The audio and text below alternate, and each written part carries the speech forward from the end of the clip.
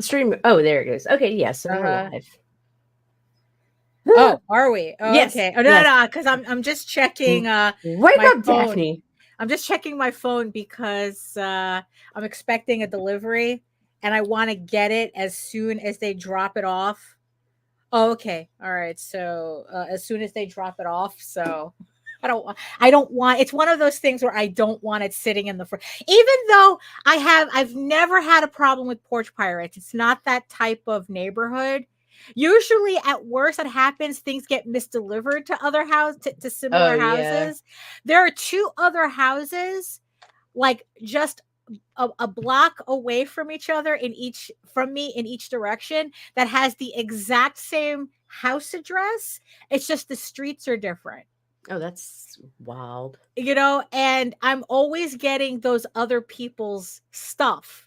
Because I think fucking New York's crazy. Y'all got like First Avenue, First Street, First Drive. Look, I have. That's like, because I didn't take you down to I didn't take you downtown where the numbers disappear and everything's a name and you have to memorize the names to know where you are. No, ma'am. Yeah, so we'll do that when you're here. We'll take you downtown. No, we're gonna chill at your house. We're gonna watch movies. It's gonna be romantic, and you're gonna read to me and shit. And good morning, everyone. Good morning. No, we're gonna walk along the water. We're gonna see the Statue of Liberty. Oh God, no, I do not need to see the Statue of Liberty. From a distance, from the water. It's gonna be. It's like, we're gonna walk, get some sun, get some vitamin D. Don't you need vitamin D? I take supplements for that. Fine, we'll go outside like 1 or 2 times, okay? Right, yeah, exactly. Okay, exactly. Fine. But we got to watch something this time. Right. Well, yeah, and you got to read to me. Yeah. No, that's fine. We got a lot of reading to catch up on. We do. Yeah. So what day is it today anyway? Today is Monday. May 20th. Oh man, my kid's birthday's coming up. 2024, and this is the Rage Into the Vlogs. Holy shit. No wonder everybody was asking me what I was doing for her birthday. It's like next week. I gotta figure it out. Oh well. No. Oh well. Yeah. I gotta work on that. Right. You ready for this, Lage? Absolutely not. But hit it.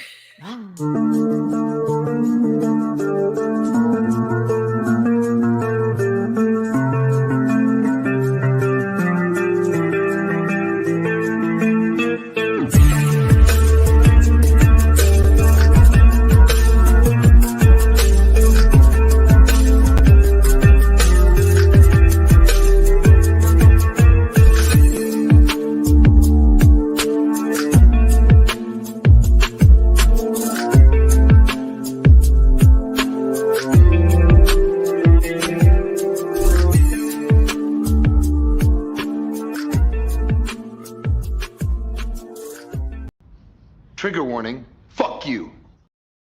That's just perfect. Good morning. Good morning, Nita. So, good morning, everybody. Welcome. Good morning, Joseph. So, so I saw that. Oh, hey, Rob. So is there anybody else? Yes. Joseph, just slowly coming in. Grant. Good morning. I guess the notifications are going out. Come on in. We got a show full of bullshit for you. Oh yeah, absolutely. Only the finest, finest artisanal bullshit. Pinkies out, bitches. Oh my goodness. And yes, I see you, my beautiful eyeball people watching us from regions beyond. If you are watching us from Facebook, if you're watching us from LinkedIn, come on over to YouTube, join the sexy people in the chat.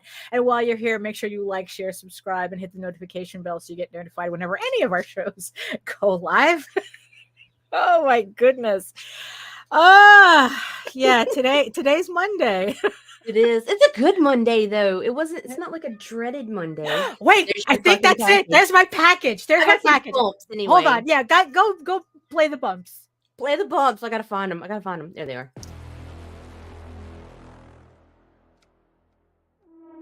Hi, I'm Damien and I'm the creator of Gunpowder.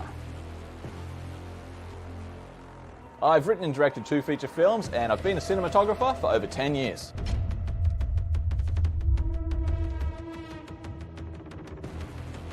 Gunpowder was originally conceived as a feature film, and we even shot a concept trailer for the screenplay. It's an epic story set in a post-apocalyptic world where the forces of hell have overrun a small town and threaten to destroy what's left of the world.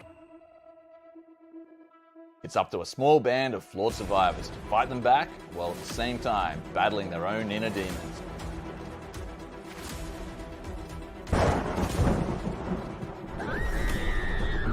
I'm excited to bring Gunpowder to life with the freedom that a graphic novel allows.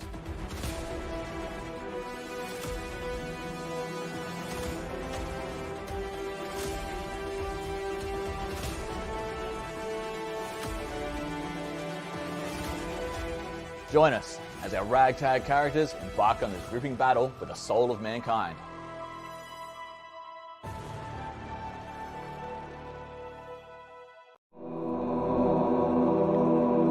Come all you young sailor men, listen to me. I'll sing you a song of the fish in the sea. And it's windy weather, boys, stormy weather, boys. When the wind blows, we're all together, boys. Blow ye winds westerly, blow ye winds blow. Jolly southwester, boys, steady she goes.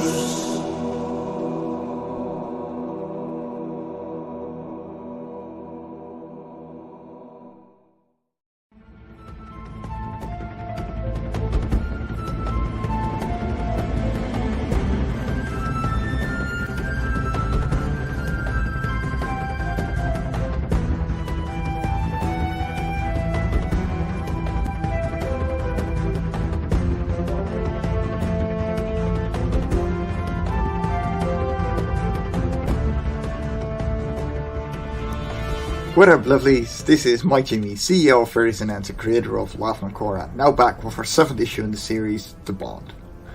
Love and Korra is a series of one-shots, building a world one story at a time. A couple of years ago, I imagined a world, and I told a couple of writers to go have fun in my sandbox. And so they did. Each adventure is unique and adds just a bit more to make this world feel more and more alive. They can be read separately and all contain a complete story. In our upcoming release, you follow Sevier and Aphil on their journey into maturity and find out if their friendship breaks down in rage or whether their bond is stronger than bad emotions. Now on Kickstarter and Fund My Comic.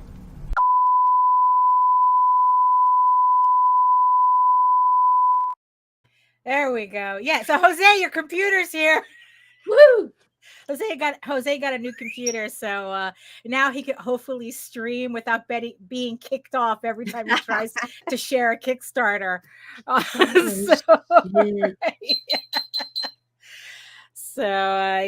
So it's like, yes, introductions all around. So hello, everyone. My name is Daphne Lage, and I'm a cartoonist, illustrator, and comic book artist from New York. I have been self-publishing comics since 1992, and you know what that means. Stay a while and listen. I haven't seen that one in a while. Yeah, I love that so much. And I am known for the furry fantasy adventure Tall Tales, which again, thank you everybody for your support on the last campaign. We'll talk more about that in a minute because it certainly ended up a lot better than what I expected for what we did. So thank you so much. And I am also known for my medieval fantasy drama Eagle Raven, Heir of the First Unicorn, which comes back to Kickstarter in 3 weeks. The pre-launch is live. I'm on my road to 200 followers. So can we get to 200 followers on the pre-launch before the campaign goes live on June 10th? This is for Eagle Raven, Heir of the First Unicorn, Volume 2. I keep wanting to say Volume 3. No, that's what I'm working on right now. This is for Volume 2, which collects issues 5 through 8 of this 15-issue series. So link is in the show notes. And in the meantime, you can read both my comics online at egoworks.com. That's EGOWORKS, and Tall Tales, TAILS online.com. And you can check out all my videos on how I make my comics here on YouTube at my channel at Daphne Lage, Lage Art, which also simulcasts through the Indie Comics Network. And to tell you more about it, here's Nita.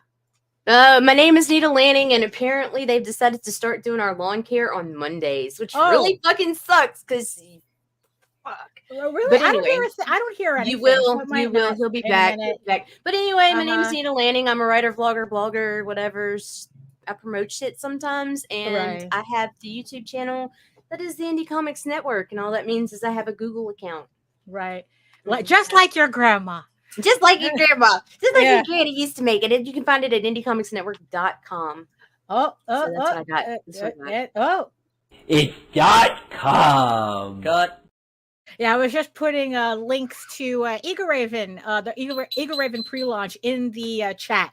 So if anybody wants to be one of the 200 people I'm trying to attract. Good morning, Art Victim. Good morning. Good morning. Yes, Jose has a new robot brain. Yes, Windows 11. so that Microsoft can stop trying to update his laptop to Windows 11. Oh, did he end up going with Newegg? No, we found better deals on Best Buy. Really? Yeah. I don't know. I really don't know. I wasn't feeling what I was seeing on Newegg, so I checked Newegg. I checked Digital Storm. I checked Amazon, and I checked Best Buy. And Best Buy at this moment seemed to have like the best. The best bang for your buck. Yeah, pretty much. Yeah. It's the high class hose. Yeah, no. Well, you see, but for me, I would have gone with Digital Storm because they build. I need to have customized, like because like last time I ordered Digital Storm, I like give me all the USBs, all of it. Give me all. I want this thing filled like just give me all the USBs. Well, we went with Newegg because, like, I don't understand all the back end technology shit, but I just know that if there's a computer out there that's fucking powerful enough to keep up with today's gaming, then it's going to be good enough for my streaming. Right. Yeah. And so absolutely. it's like, all right. Yeah. Okay. So so and did a couple of specs comparisons, and it's like, don't really know what they meant. Pretend it like I did, and exactly. Here, take my money. Right. Yeah. The only thing I really look at is processor, the type of processor, right. How much RAM, and how many USBs. And even then, it's never enough USBs. I did not understand the importance of the processor until I bought two of the same fucking computers. One was an Intel higher running, and the other was a Rexel some shit. I don't know, start with an R. Right. And I fucking hated that computer from go. I only buy Intels. Shit. Same fucking price, everything. Slow as fucking shit. Crashed on me multiple times during lives, and then I decided to use it just as my side piece computer. And even then, it couldn't keep up with me. I'm like, oh my God. I only buy Intels. Yeah, you know, so it's like, so it was kind of like going back and forth with everything. But in the end, Jose didn't need a gaming computer. He just needed just a regular all-in-one.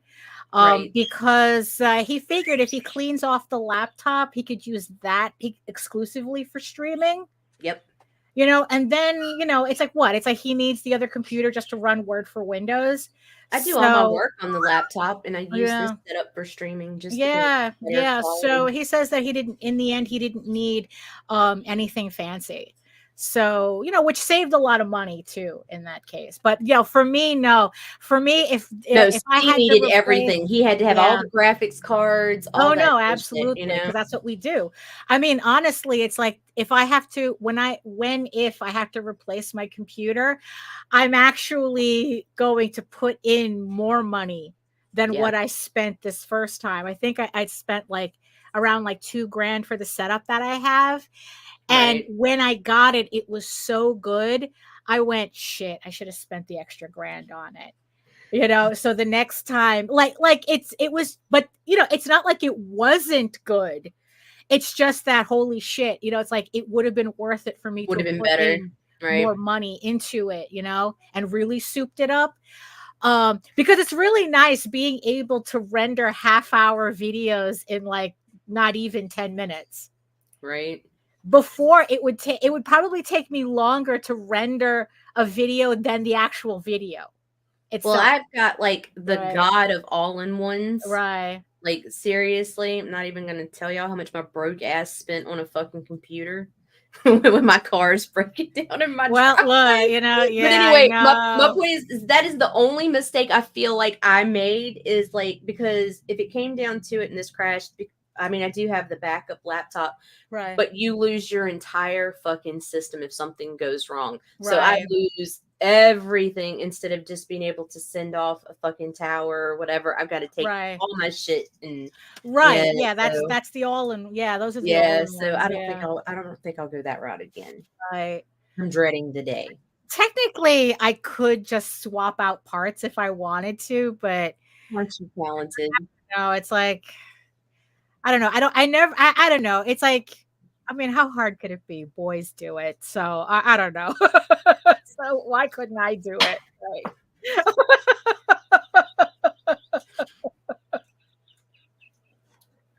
How hard could it be? I mean, a couple of YouTube videos. Look, man, that's how I replaced. Look, one of the kids, when my nephew was living with us, he was throwing a tantrum while I was Right. online one day. Right. I'm trying to talk to him or whatever, and he seemed like he was being cool and chill, and he acted like he wanted to get up in my lap. So I pulled him up in my lap and I had the laptop in front of us. This little shit took his sippy cup and slammed it into my screen, and I watched my screen go on a brand new fucking laptop that I did not buy warranty on, because I was like, you know, I don't have problems with that. Shattered the fucking screen. I did not have, because I just spent all the money. I didn't have the money to fucking replace the motherfucker. So I was like, I got on YouTube and figured out how to replace that touch screen all by myself. Oh, really? For $50 fucking dollars, when Geek Squad was going to charge me $360. Wow. Yep. Wow. 50 fucking bucks and a screwdriver and a lot of stress and shaking like a surgeon. Right. But I did it. Right. And it turns like, I'm oh, still that's using it? It's like, oh, that's it? Right? Yeah. Oh my goodness. But yeah, so what else is going on? Oh yeah. So yeah, so I don't know if I had mentioned that I sent out for the books for Tall Tales. Yeah. So again, thank you everybody who supported the campaign. Yeah, so I should be getting those book backs by the 30th or the 31st. If I'm lucky, maybe earlier, depends on how the printer is feeling. Right. Also around that same time, I should be getting the proofs too for Eagle Raven Volume 2. So at least I'll have that before the campaign starts. Can I get a proof copy? Right. Oh, you know what else I got a proof of that I'm waiting for? The first House of Bob sketchbook. Right. And this is probably technically it's not the first time I've done a House of Bob sketchbook, but I think this is the format that I'm going to be sticking with from now on. Nice. You know, and you know, it's a nice little paperback, 6x9. It has about 40 pieces in it. I forgot how many pages I made it. It has custom end papers. It's very nice. It's very fancy. Nice. It's fancy, you know. So it's like, yeah, you know. So I'm looking forward to adding those books to my pile as well. Because also the other thing that I was doing, right? Because usually when Jose makes it, because I set up all these books, right, all these trades, and especially when I do the ones for the Oswald Chronicles, you know, because it's like I for the longest time I didn't have my stash copies of those because Jose gets them and then sends them out. You know, so I always forget to grab a copy because it's like, at least that way I like to have at least a copy so that I can keep the formats consistent and keep an eye on it, you know. And yeah, so I ended up grabbing the 4 volumes of the Oswald Chronicles. So beautiful. That right, yeah, they really are.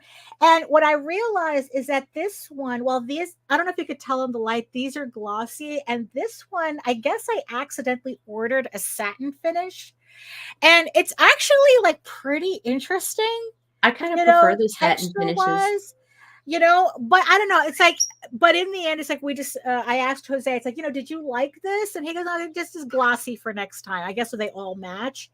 Right. But it's just, I don't know, it was just kind of like nice to see like a different, I don't know. I like the I like- satin, but I also am OCD as fuck. Right. And so like that shiny, so if it doesn't match, it needs right, to match. the It books, needs to yeah. match. Because even texture wise, like touching it, It feels it's different. pretty nice. The thing that I did start doing though regularly on my books, Allison, is I use satin paper for the interiors. Before I used to use glossy, and oh Jesus! And what I found is that, I don't know, like satin tends to work better for my eyesight on the interiors. It does. It really does. So yeah, so I've been doing that. Like I use satin for all my books now.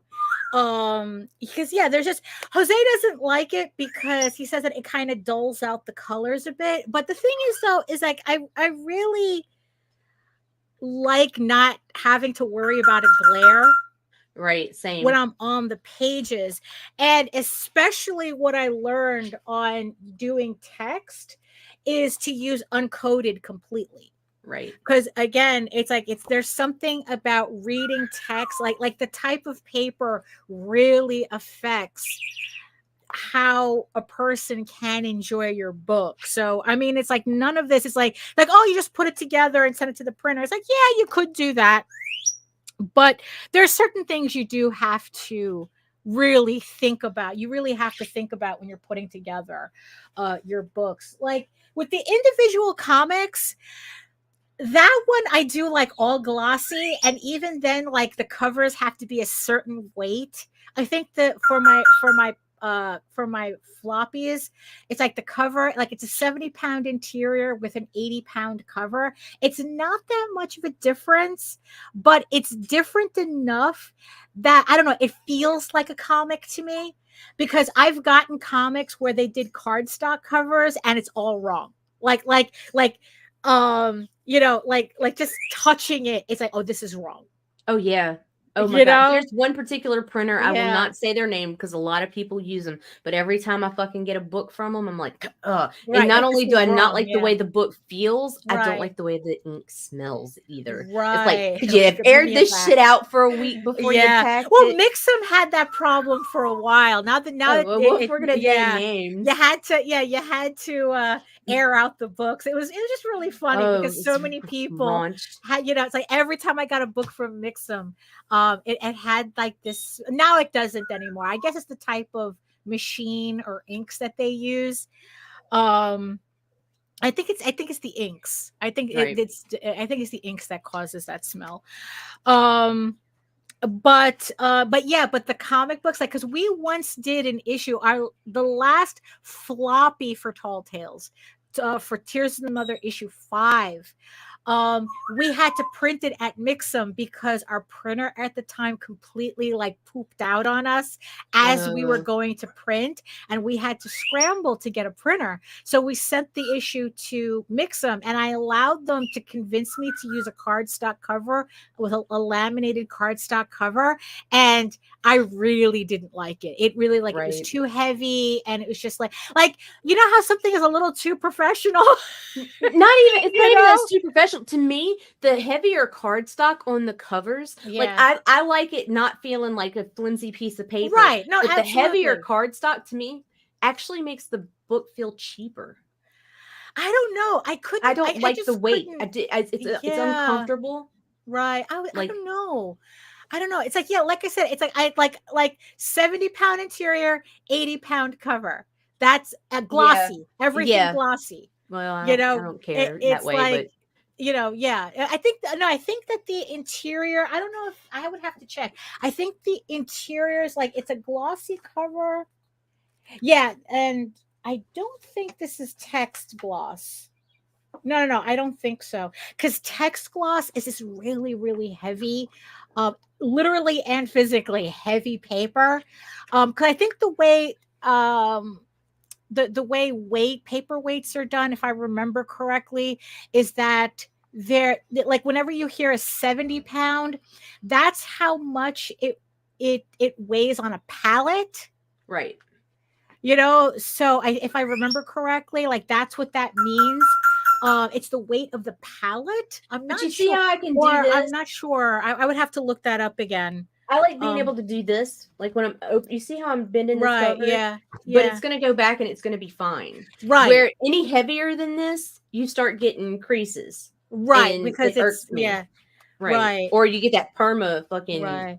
moon crescent fucking shit Yeah. looking So like it's water like, yeah, damage. it's really, yeah. So it's like, it's really important to kind of like know what you're printing on, like to really understand, so that when a printer offers you options, I'm trying overseas printers for the first time. The savings are insane. Sample copies they sent me look good, so hopefully this will help. Well, yeah, especially if you're like printing something, like if you're printing something that's going to be in print that you're going to be selling for a while, like we're at a point that I wouldn't, unless I actually sold like 2,000 copies of an individual issue, it wouldn't make sense to me to print, to offset print overseas an individual issue. But the beauty of trade paperbacks is that these are evergreen. So you can print like 2,000 of them at a significant savings and not have to worry about printing them for a while, but they're constantly selling. Right. Jose was talking about how there's this one particular, I have to get a copy of that too. There's one particular book,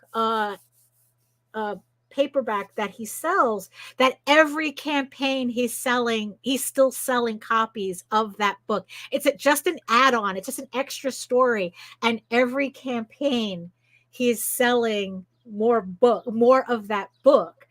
So yeah, so it's like, especially if you have an evergreen book, yeah, it's like looking overseas might be worth it, for the amount of money that you're spending.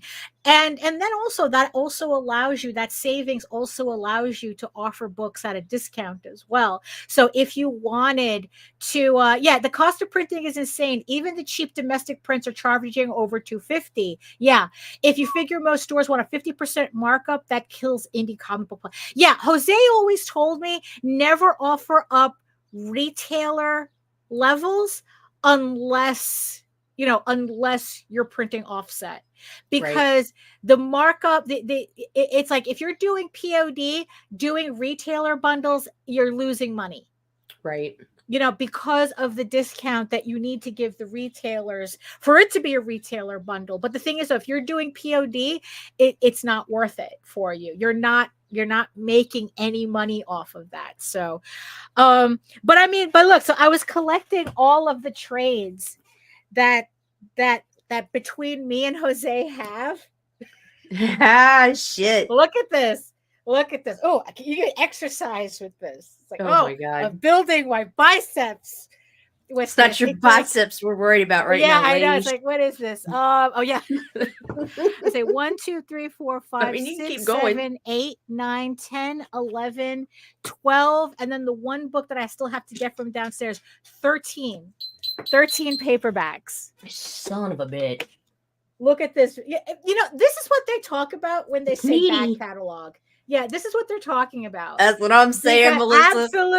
Absolutely. Is this is the sexiest thing? Well, hold on, Melissa. It's like this, and mind you, it's like now, especially this year, it's like so imagine that I'm going to get like 2 more trade paperbacks. I'm getting the volume 2 and the House of Bob that goes here, and then Jose's doing trade paperbacks for the rest of the year. Good. So this stack is just growing. My baby's getting so big. Yeah, no, for real, I mean, and yeah, and it's like this is the back catalog. This is how important your back catalog is, especially for something, because this is all evergreen. These are books that we can sell forever.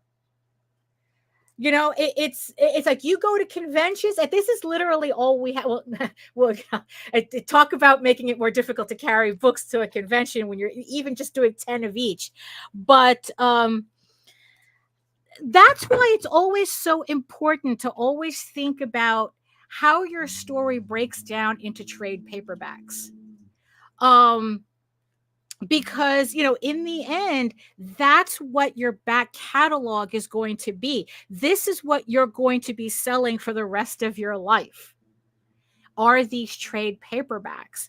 So, you know, so if you're doing, you know, so if you're doing, like, even if you're doing like an epic, right? You're saying like 20 issues, 40 issues, 104 issues, right?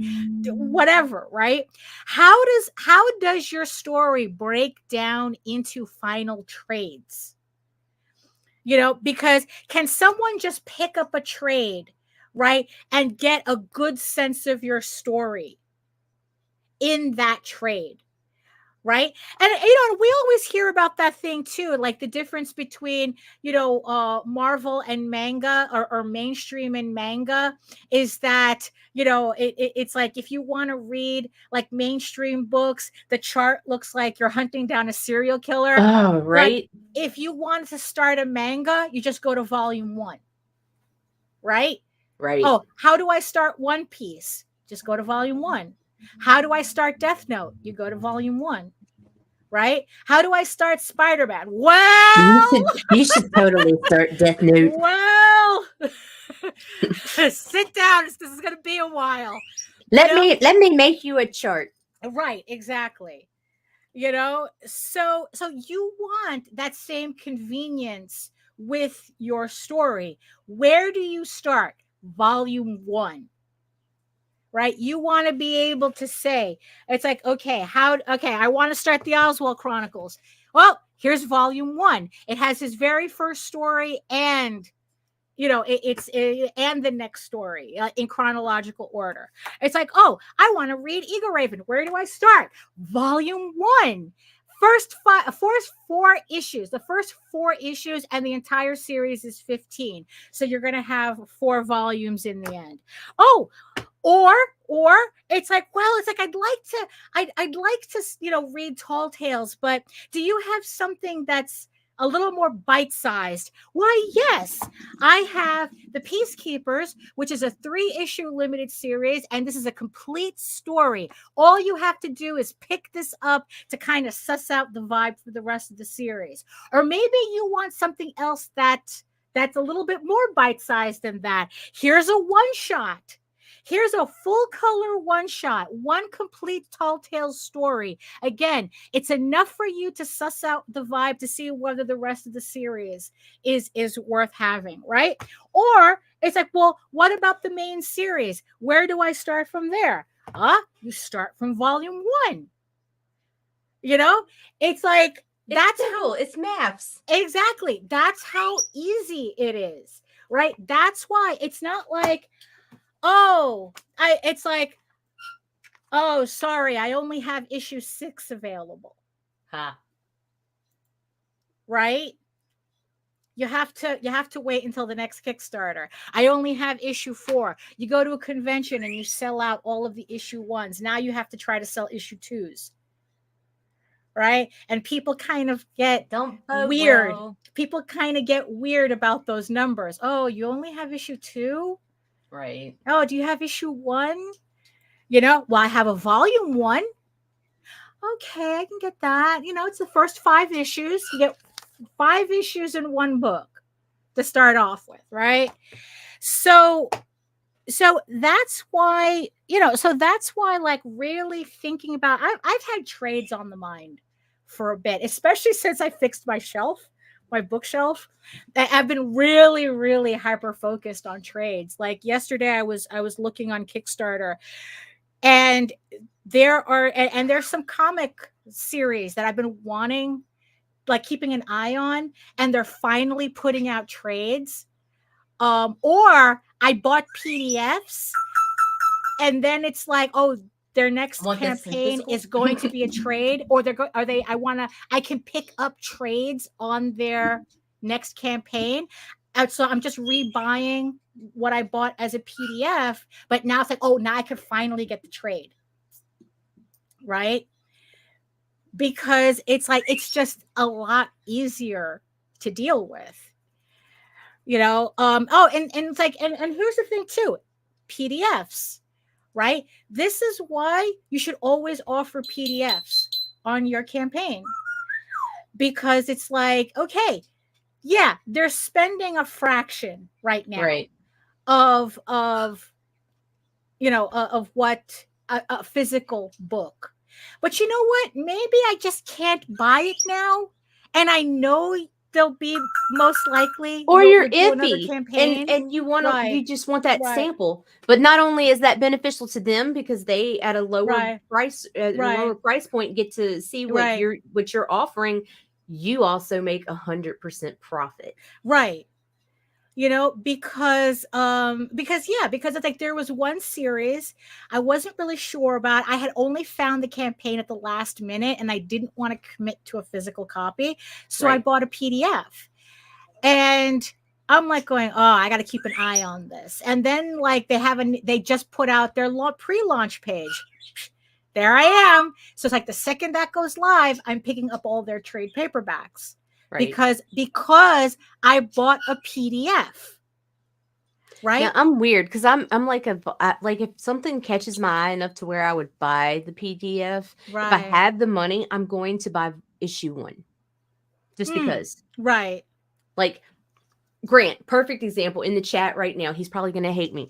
Grant has Beowulf. I fucking Right. love Beowulf. It's greatness. Anyway, I've only ever read issue 1 or Right. issue 1.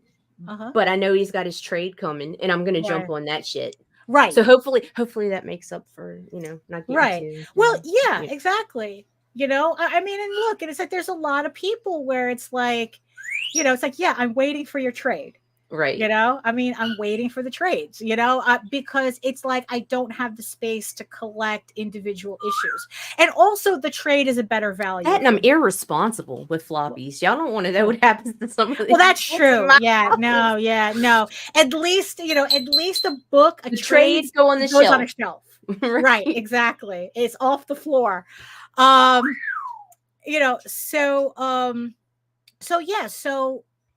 it's like, so based on that initial PDF sale, it's like, look, there was this author, again, found her campaign at the last minute.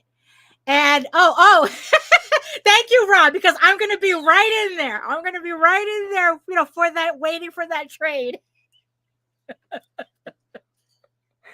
Because it has to keep volume 1, Nightwolf volume 1 company. So,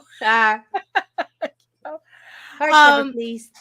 right. So yeah, but that's what it is, right? It's like, as much as I enjoy Nightwolf, I need the trade paperbacks because it's Right. like, it's like, look, beautiful covers, but I need the trade paperback. It's just Right. much Same. better for me, right?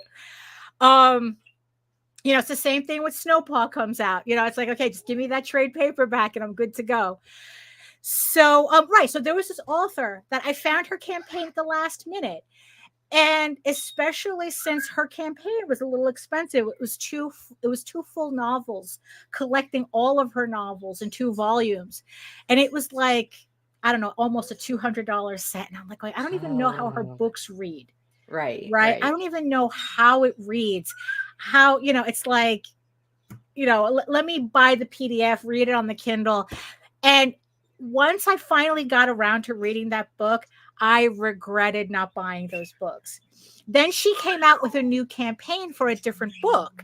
And I asked her, it's like, hey, what are the chances you still have those books from the previous campaign? Can you offer them on this? And the next day she put them available on her Kickstarter. And it's like, yeah, okay, maybe I spent a little bit too much money, but no, Whoops. I did not, it's like, look, look, you know what? I regretted No regrets. yeah. No regrets. I regretted not buying the books. Right. So again, because of the strength of that PDF, I spent $300 on a book set. Fuck. So she didn't get my money the first time, but technically she got more money off of me the second time. Thank God this campaign. Well, it's paid for already. That I already paid for that book, that campaign already. So that's not an issue anymore. So yeah, but the thing is though, is that there's also some books I only buy as PDFs. You know, it's like sometimes that's just what it is. I just want to get a feel for a book. You know, and it's like, you know, or sometimes I just want to support somebody and I'm really not interested because it's not my jam. Right. So I'll buy the PDF because a lot of times Right. if you don't do the PDF, if you just tip them, they get all like, you didn't want my stuff. Right. Like, I and mean, you know, you know what? I'd rather get the PDF than just tip. You know, because in the end, you don't. Yeah. Okay, that's why you're smiling.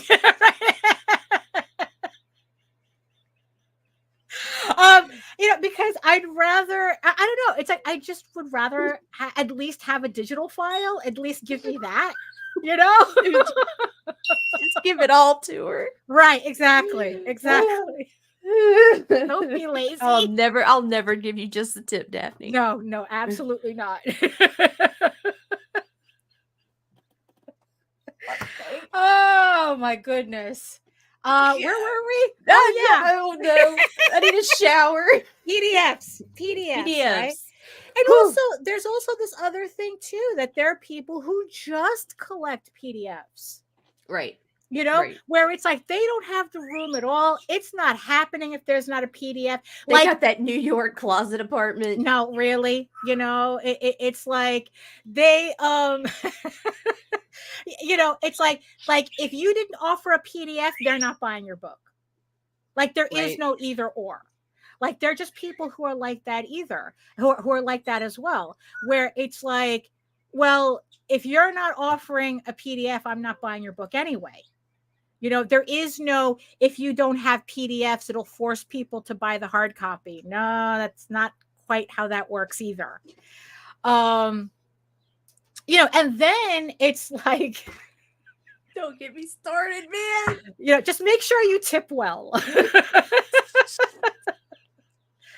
Tip well and tip often, but never just, yeah, okay.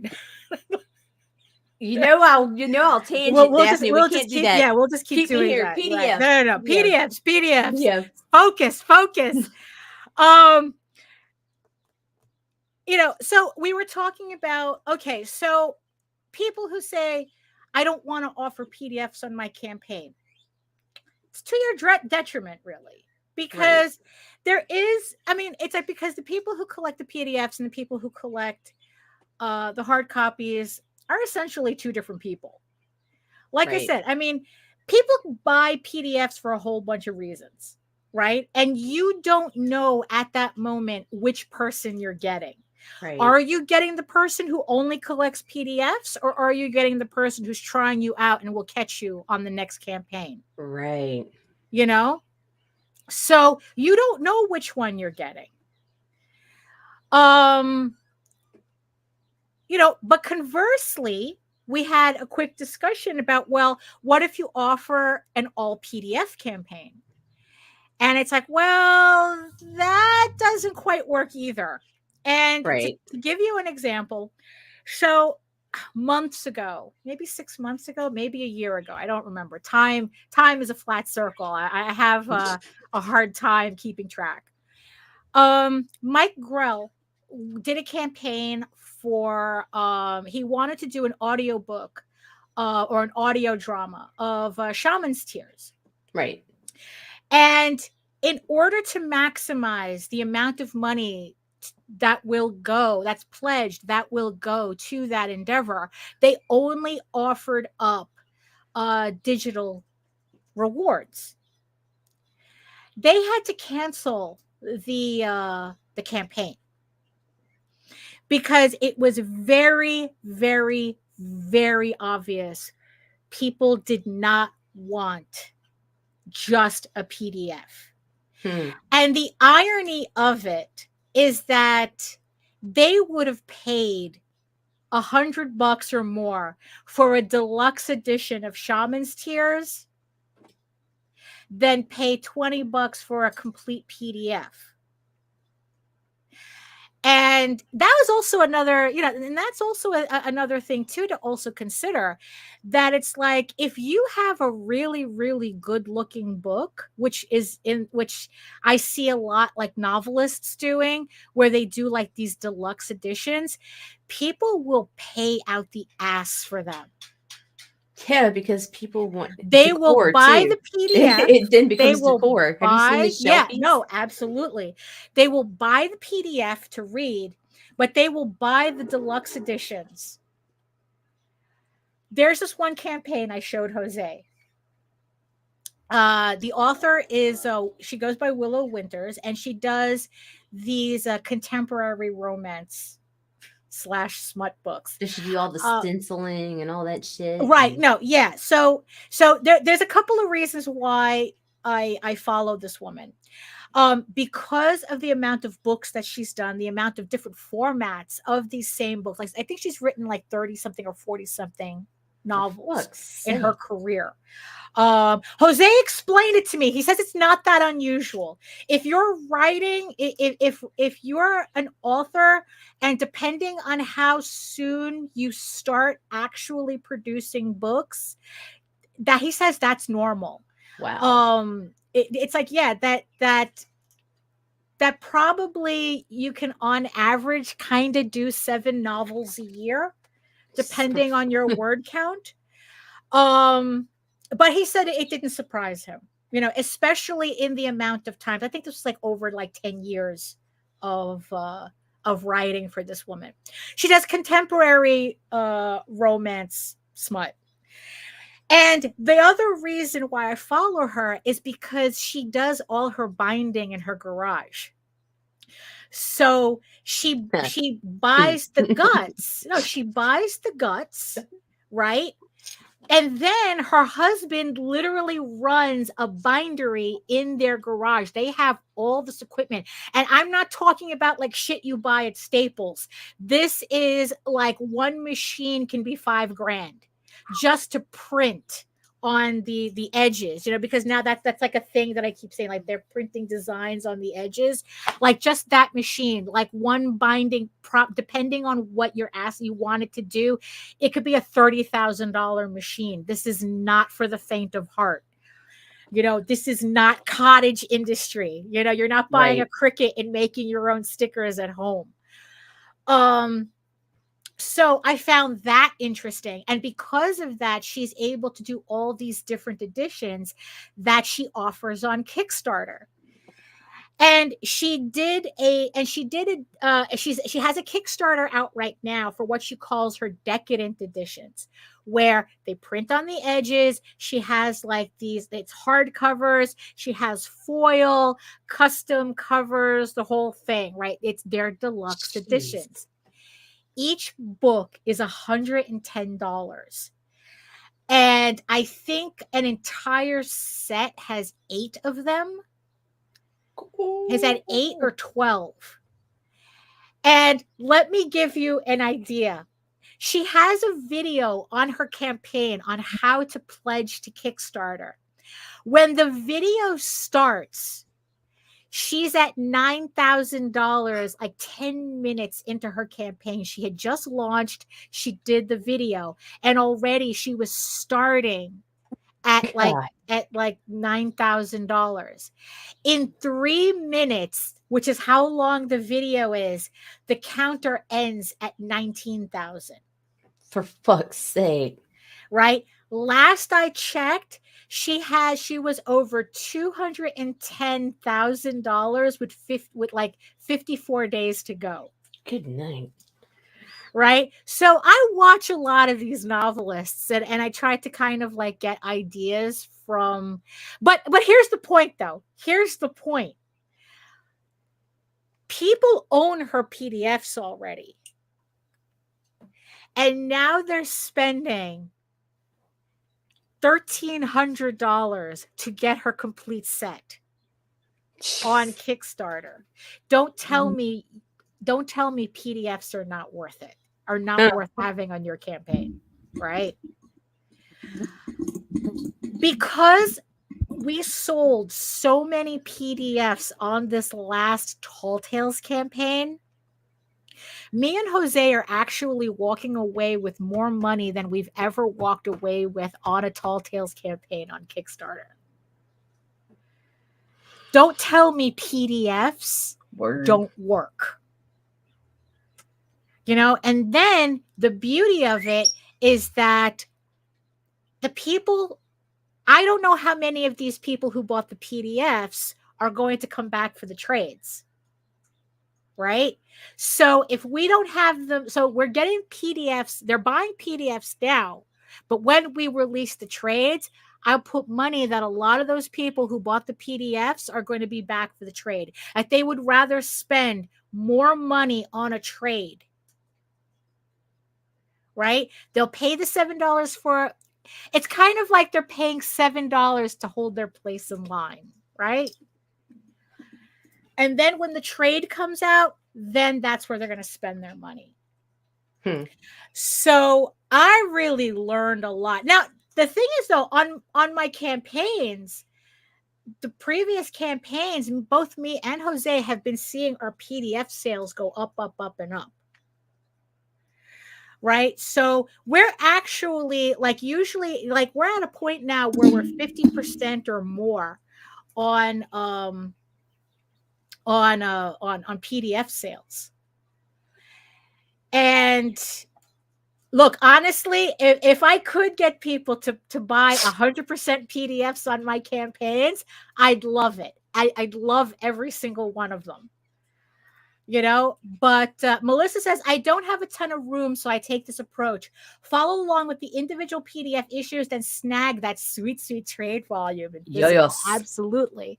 Yeah. So yeah, so it's like, so I think that's why also it's like I have it in my head now for this year to finish penciling out all my books that I have, right? Because I'm really thinking about that final trade, those final trades.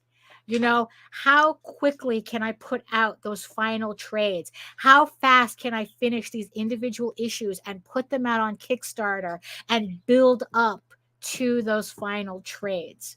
Because that's your longevity. Your trades is where your longevity is. You know, well, also your trades is your story is really where your longevity is. Because you can have 15 trades, and if nobody likes your story, it doesn't matter. But that's another issue. You know, but your trades is where your longevity is, because again, you can take advantage of overseas printing and print 1,000 trades, and you never have to worry about, you know, you just sell them. You just sell them. That's it. You just keep going. You don't have to worry about additions and variant You get a covers. trade. and You get a you trade. get a trade. You get a trade. Everybody. You know? Yeah, exactly. You know, so yeah, so PDF, yeah, so I'm just, this is just what's in my head from what I learned from the last campaign and seeing all these books together. You know, I know it's in the end, the topic is not the title. I No, I just made it up. You just made it up. I mean, Nice. I thought maybe there was just something specific you no. wanted to bring up. No, we no. can talk about imposter syndrome if you want, because that was also something I was suffering from this week. Yeah, it was. You know, Good night. that was something I was also suffering from. The imposter syndrome was really, really strong this week. I forgot what triggered it. But the thing is, though, it's like the after effect. But we've all felt this, right? We've all felt this. So I was talking to Jose about it, and I was telling him about like, it's like, it's just really funny. Like, here I am doing this 15 issues, right? And getting these 15 issues done. And it's like I'm already like, I'm on, what am I page? I'm on page 20. I am on page 20 of issue 13, right? Out of a 15 issue series. So Right. it's like full speed ahead. And and it's like, and I have these trades, it's like, and it's like, and literally I'm sitting there going, it's like, wow, I'm almost finished with my series, with with Eagle Raven. And then it's like, I'm sitting there going, are people really enjoying this? are you guys, liking the story? You're just asking yourself that now. Yeah, it's like, yeah, I'm almost done with it. And I'm going, are people just, are they just telling me it's okay just to be nice? They're just buying my book just to be nice, and then it's like Jose said something, because, he always has to kind of like figure out a way to break that thinking. And he goes, who do you write for? Huh? And I go, well, I write for myself. And he goes, then you can't worry about what other people are thinking or not thinking about your book. Because if you're writing for yourself, then why do the other people matter? Right? He said something to that effect. And I'm like going, oh, I don't know. I mean, because it's like, yeah, I write this story for myself. And especially when it's like I'm on authors threads, to really watch how a lot of authors, they only write to the audience. They only write to the trends. Right. Like, they're like kind of like the opposite end of that, where it's like they only write to audience demands, to audience trends, whatever is hot right now. And as long as it sells, they're fine. And if it doesn't sell, they have no qualms in abandoning a series, right? We were talking the other day about, should people wait, for an entire series to finish before buying a volume 1 of a novel series, right? Right. And that's kind of like the opposite. Like, I was just as horrified by that idea, that it's like, doesn't this mean anything to you? Like, how is it that you could just like literally cater your shit to a trend, and then when it stops being trendy, you could just move on to the next thing? But I guess it's just the thought process. It's like, I'm an artiste, I guess. Yeah. So the art, the craft, the very personal story, it's because it's these characters mean something to me, so my feelings about the book are different than somebody who just does. And the thing is that we see this in comics too, right? They see what's hot on Kickstarter, what's trending, what sells, and that's the book they create. Right. And Jose has sometimes talked about, well, that's kind of how you separate. It's one of the ways. No, that's not what he says. You see, because being a professional writer, he says, if you truly are a professional, sometimes the craft is actually just a trade, where it's like, okay, this is the story I have to write, so this is the story I'm writing. Right. Like when he was writing La Blue Girl, when he was writing Tenchi, right? He was writing to what the companies wanted him to write. I mean, yeah, especially with Tenchi, and it's like he made up certain things.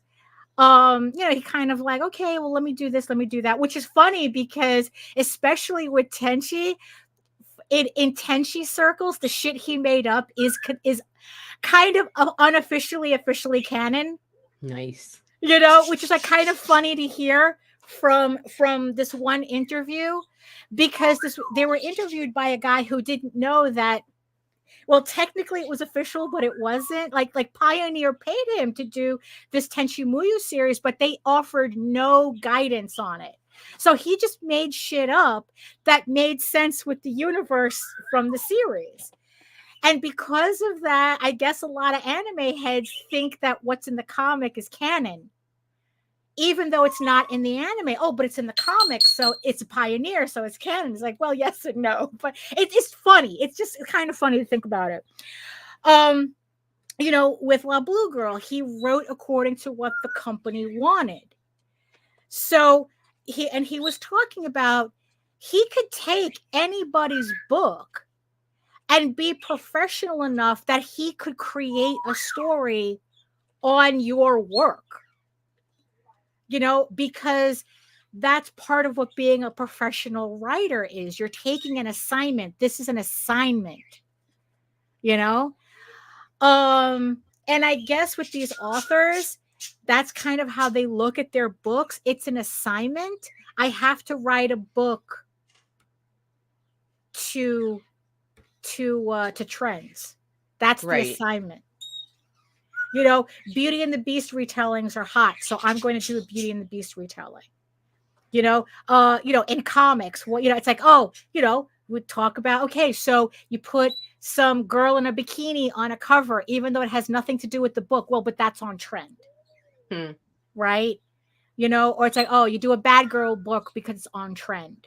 You know, or it's like you do a werewolf book or a Frankenstein book or whatever, you know, whatever cryptid, you know, whatever's hot right now, right? You see the trends, right? You see the trends. You do a Cthulhu book, you know, you're writing to trends, right? Although some trends require more personal interest than others, right? It's very hard to fake a Cthulhu book if you have no interest in it, right?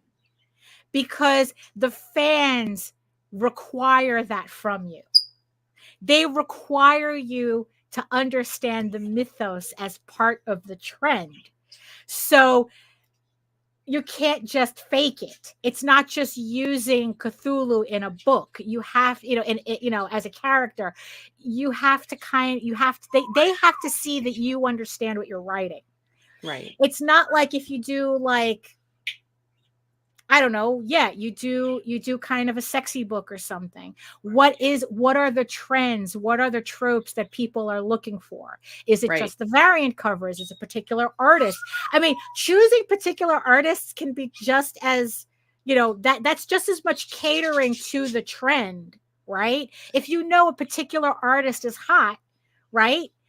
That's the artist you get for your variant covers. It's kind of like, it has nothing to do with art in and of itself. It has everything to do with your people are going to sell your book. So that's how I'm looking at this piece. Like, I may not personally like it, but boy, does that cover sell.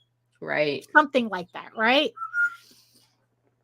So, you know, it's kind of like weird, like seeing people just able to like switch it on and off, and I just have complete brain rot over what I'm doing. Like no thoughts, only Eager Raven and Tall Tales. You know, it's like that's my brain space. You know, don't ask me to think about anything else, right? You know, so it's like, so I find it strange. And because of that, it's like sometimes I take, like, I don't know, like I kind of internalize that, you know, where I confuse the popularity of a trend with maybe the quality of the book. And then I take it personally. Well, it's like, oh, they have 400 backers. I only have 150. You know, and then I'm sitting there. It's like, and then I'm sitting there, you know, like an asshole ruminating on this. It's right. Cute. It's like, maybe my book isn't that good, you know, but then I can't stop. Right. You know, I'm not like these authors. It's like, oh, where they literally look at the numbers and they go, oh, I didn't sell as much, so that'll be the only volume I make. That's the only book that I'll write. Right. So we could forget about that. And that is the reason why people wait. Right. Well, yeah, right? Because it's like because I think in the end that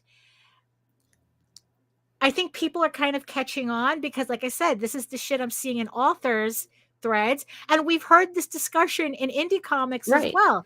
People want to see, are you chasing a trend or are you telling a story? Right. Because if you're telling a story, I might stick around. Right. Or I'm more likely to stick around. I'll buy your PDF. Oh, look at that full circle. Right? It's hot when you do that. You know, it's like, I'll buy that PDF to see whether your story is worth sticking around for. Thank you, Rob. Thank you. Aw. Wolf Daddy made her blush. I mean, yeah, I only have Mike Jimmy animating one of my sequences. It's like, no, he couldn't possibly like the book. It's like, it's like it's retarded. It's stupid. I know. It is. I know. It's like logically I understand this. But we're not talking about logic. Nope. And it's like, and especially when I'm trying to maneuver this space that's an overlap of creativity and commerce, right? Right. It's like I have to always remind myself, where do I stand on that line, and what consequences do I just have to accept because of that? I'm not catering to trends. So yeah, it's going to take a while for my audience to grow, because in the end, I am just writing for myself. I am writing a story that I want to read, that I am literally writing for me, right? And because of that, because it's not some kind of generic fantasy, the more generic, how like the more generic a design is, kind of like the more, it's like the closer to Hello Kitty you are, the more popular a design is. Right. And it's kind of the same with a lot of these books. The more Hello Kitty generic you can get your book to a trend, the easier it is to get an audience. Yeah, Rob says I'm just as guilty of suffering from imposter syndrome when I'm having an off day. Yeah, and it depends on how many off days we have in a row.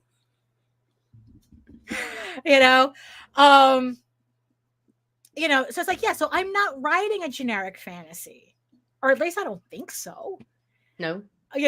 So it's going to be a little harder for me to gather an audience, because I'm not writing to trends. I'm not writing to tropes. I mean, this whole trope thing that's big in authors, with fantasy authors and romance novelists, like, even then, it's like I'm not writing to trope.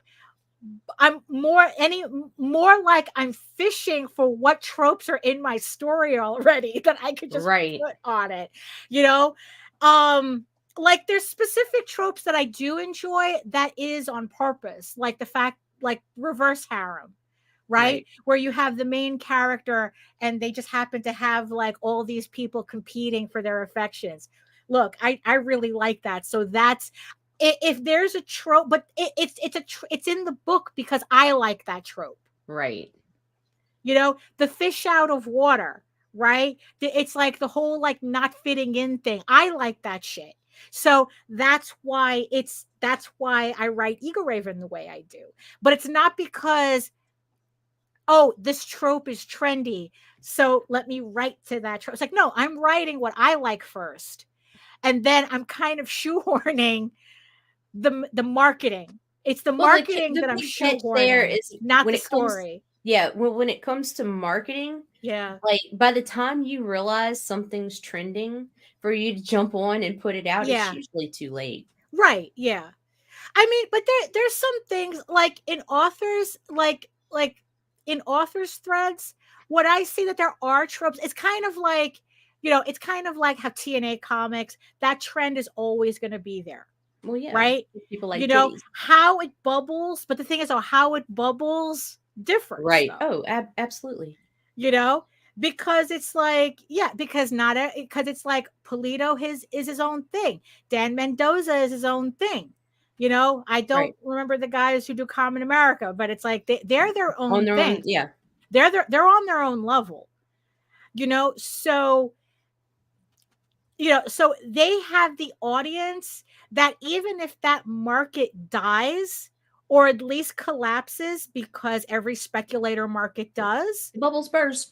right, the bubble always bursts, but Polito doesn't have to worry about it. Dan Mendoza doesn't have to worry about it. Common America doesn't have to worry about it. They've grown bigger than the bubble. Right. It's the small, right, exactly. It's the smaller guys still in that bubble who have to really worry about, am I 25K following? guys, you know? Right. That's like, yeah, it's like it ranges between like 20 to 50, I think, around there. Like those are the guys that have to sweat. It's like, are you building an audience that's large enough that if that variant cover market collapses for any reason, that you can survive that? Right. You know, I mean, it's like, because that's the thing with trends. If you're just writing, if you're just writing to trend and you write werewolf comics and all of a sudden nobody wants to buy werewolf comics, do you stop writing werewolf comics, or do you have enough of an audience to continue doing that? Right. So, Werewolves never go out. Well, also, and in werewolves blew the bubbles too, Daphne. That's true. Werewolf comics had its bubble, right? I think Westerns are coming back now. Yes. Remember, like there was a Western bubble, and then it's like now they're coming back. Well, I don't know if it was a bubble. The trends are coming back. Right. I mean, a bubble is more for speculators. Right. Yeah, I guess we'll find out on a Wednesday when I launch with only 2 covers. Yeah, that's a good.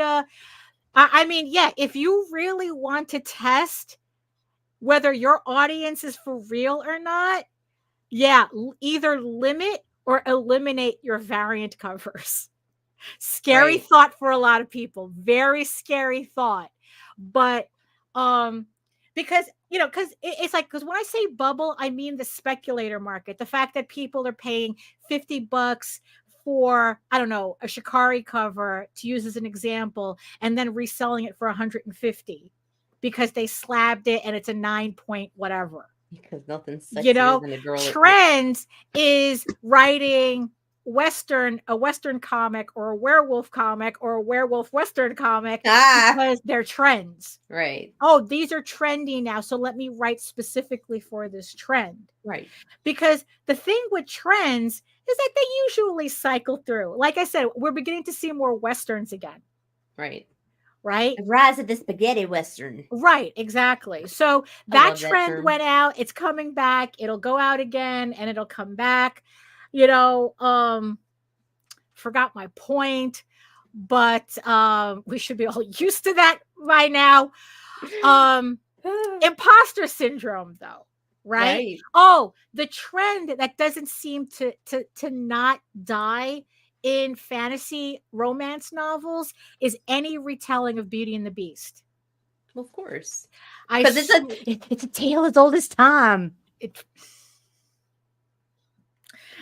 So it's like that book, like if you wanted to write to trend, if I wanted to write to trend, all I have to do is write a Beauty and the Beast novel. And luckily I do have one.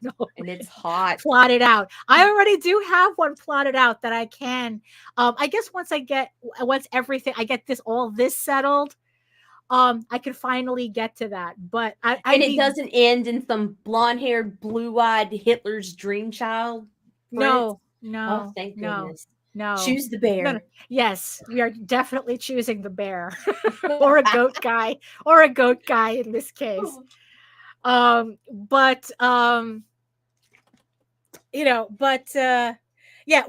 a goat guy that sounds suspiciously like Adam Driver. So well then. Right. It seems like I was writing Raylo before I knew it existed.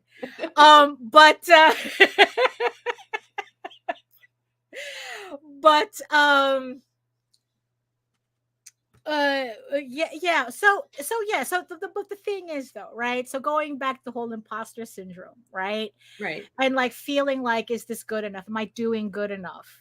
You know, it's like, oh, why is it so hard to get people to like my book when you can put out generic book X, you know, and people seem to flock to that, you know? Right. It's like, you know, because you know, it's like, because when you're so generic, you can be as basic as possible and people will flock to it. But the more Right. personality you give a story, the more difficult it gets for people to like, you know, the more difficult it is for people to just latch onto it, because it's like, oh, you didn't give me a carte blanche to just project everything onto it. You're Right. reminding me that this is your story. In kind of like a weird way. And it's like I said, it's like, well, are you an artiste or are you making commerce? Right. And if you're doing both, how are you kind of like mitigating that? Right. Because it's like, just because your book isn't selling doesn't mean that it's good. And just because you do have a book that's doing well, doesn't necessarily means that it's good if all you're basing your sales on is variant covers. Right. You know, because if a Shikari cover sells 700 copies, it's because of the Shikari cover. It's because of Shikari, not because of your book. Right. You know, I think that That I crossover heard, is going to be very limited. right. It's like I've heard Tom talk about, like, there's a certain artist he uses for the cover of Critter that's the only time he sells that cover to that audience. Right. Like that, like if he has this artist on his cover, that audience comes out for that cover, but they will not come out for any other time. Like they only buy that artist, but he cannot sell he cannot sell Critter to them under any other circumstances. Wow. And for me, that sounds really strange, but you know, it's like going, well, why would you want that audience? But the way Tom looks at it, it's like, well, that's commerce. Right. But he still has his project that he focuses it's on. Like, well, I'm selling that variant cover, and the money that I made, the thousands of dollars I made just selling that cover, that maybe I paid X amount, that money goes back into me continuing making a book they won't buy. I wonder if it was Keith Garvey he was referencing. You know, God damn, them covers are hot. And he's like going, what do I care about that?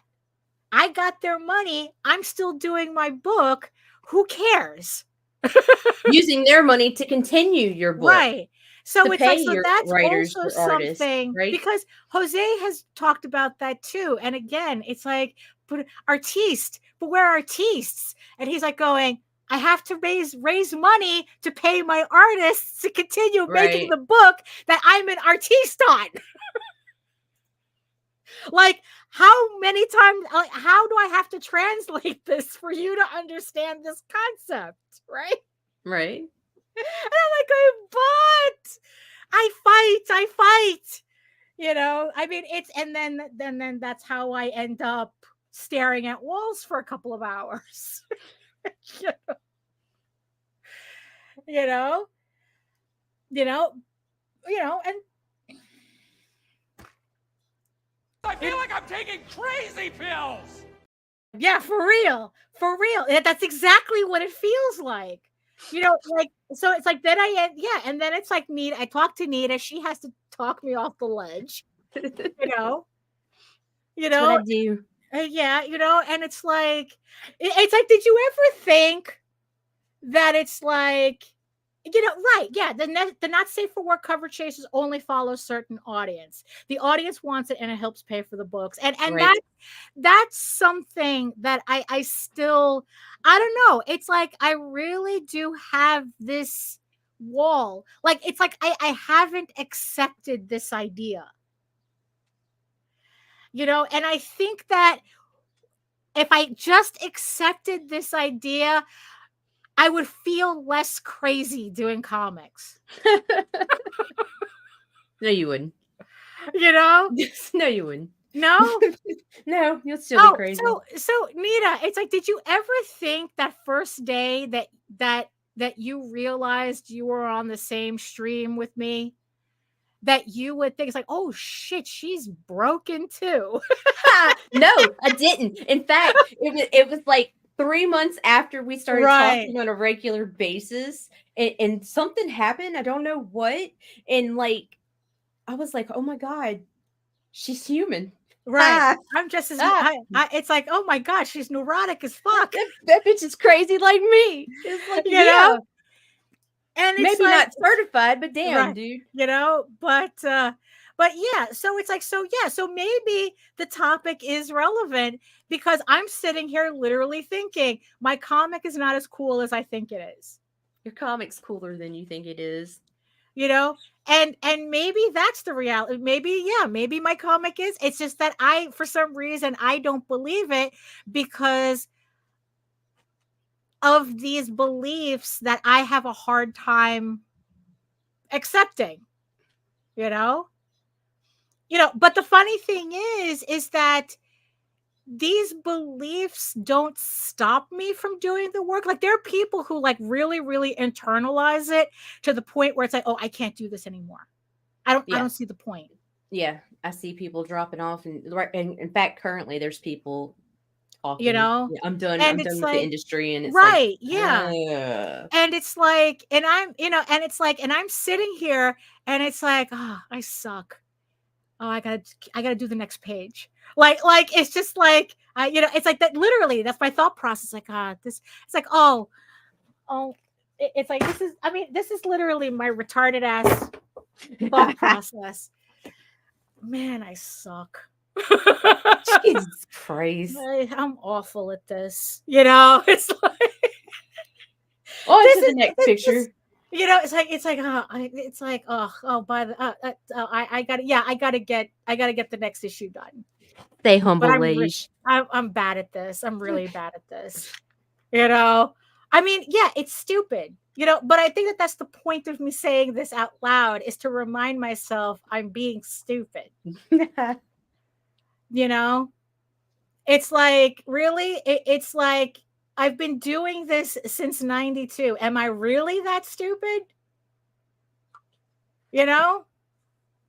I'm bad at math. But am I really that stupid when it comes to this? Do I not know what I'm doing? But it's like, yeah, that's sometimes that's what it feels like sometimes. And then it's like, I get it out of my system. Well, it's still in my system.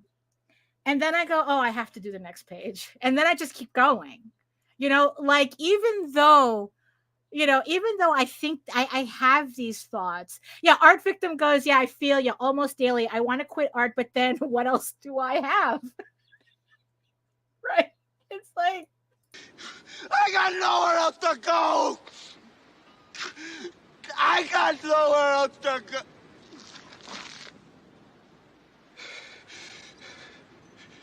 I got nothing else. I swear to God, that's what, yeah, it's like that clip is visceral. That's exactly how I feel. Like, no matter how bottom of the barrel I may feel,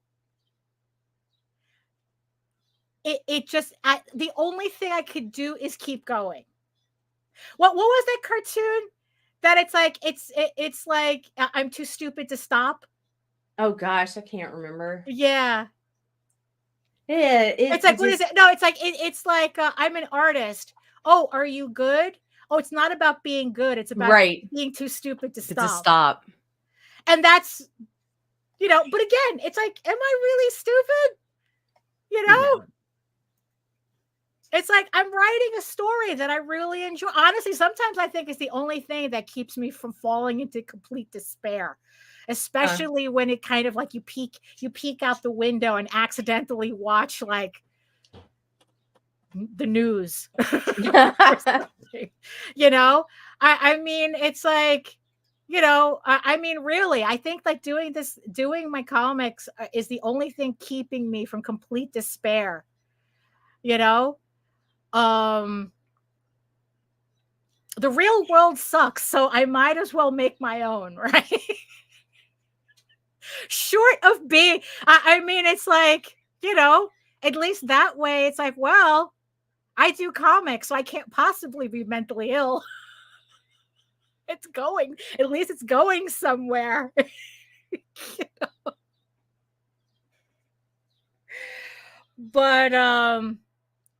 But yeah, it's like, yeah, so that's, so yeah, it's really funny because it's like the title of the show, on one hand, it's really easy to think like, oh, we're going to talk shit about people. And it's like, no, I'm going to talk about shit about myself today. I'm going to talk shit about myself.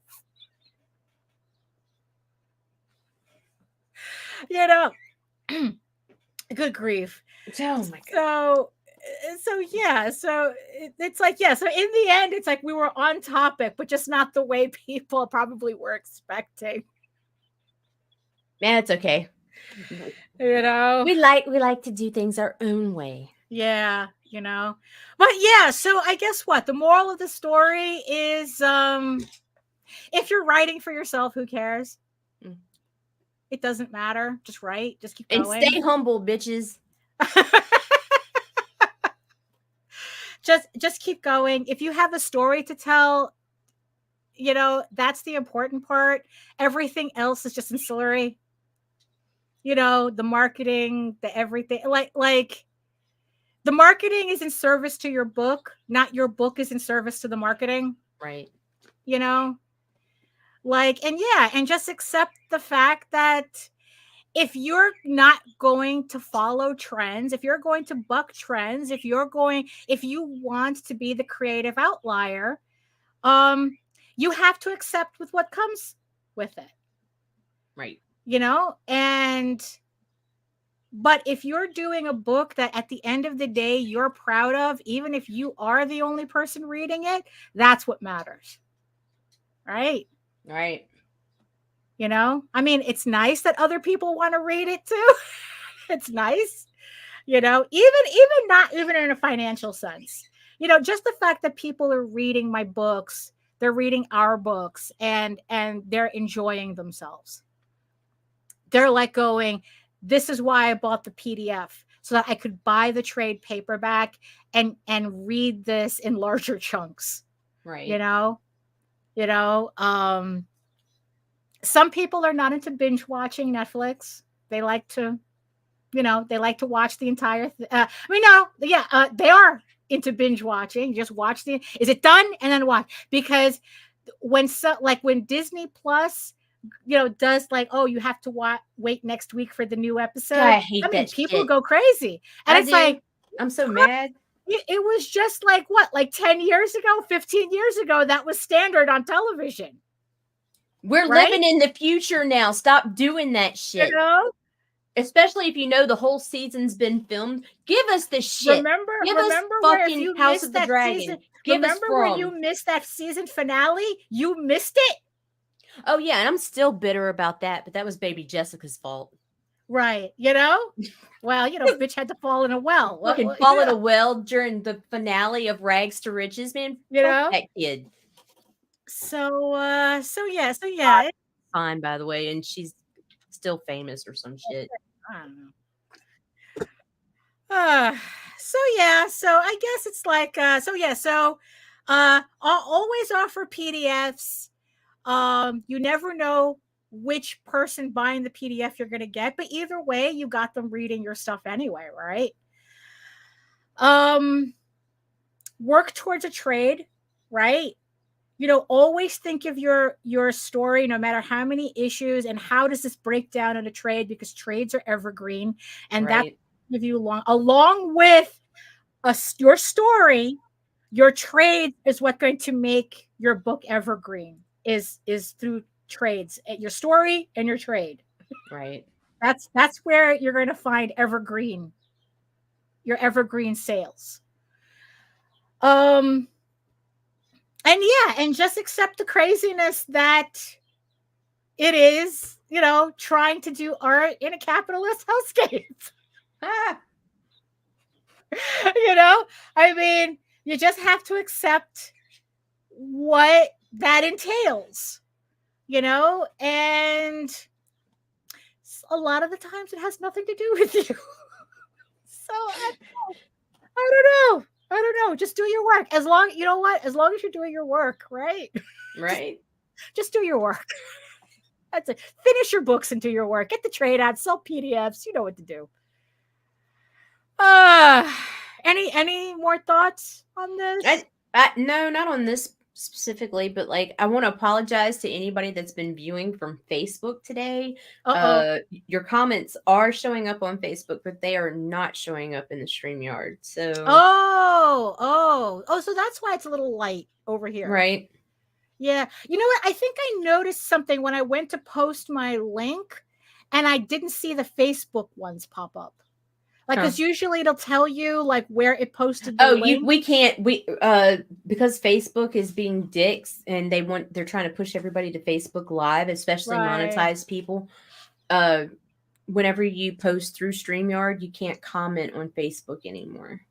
Oh, lovely. So you see, they disabled the groups, period. We're live right now on my profile and on the business page. Right. But not people are engaging with us, but we can't see them. But in the group, no, not unless I shared the link into the group after. And I don't have time to do that shit for every show we run. No, of course not. So you see, even more reason to come on over to YouTube and subscribe to our channels. So any schedules for the week that we should know about?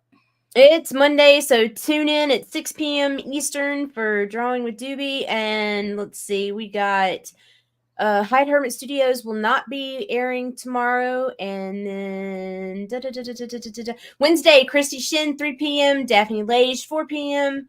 Oh, actually, Thursday. This Wednesday, I am not doing a live stream because this Wednesday, no Daphne at 4 p.m. Right, yeah. Because I have to take Captain to the vet tomorrow. He's getting his teeth cleaned.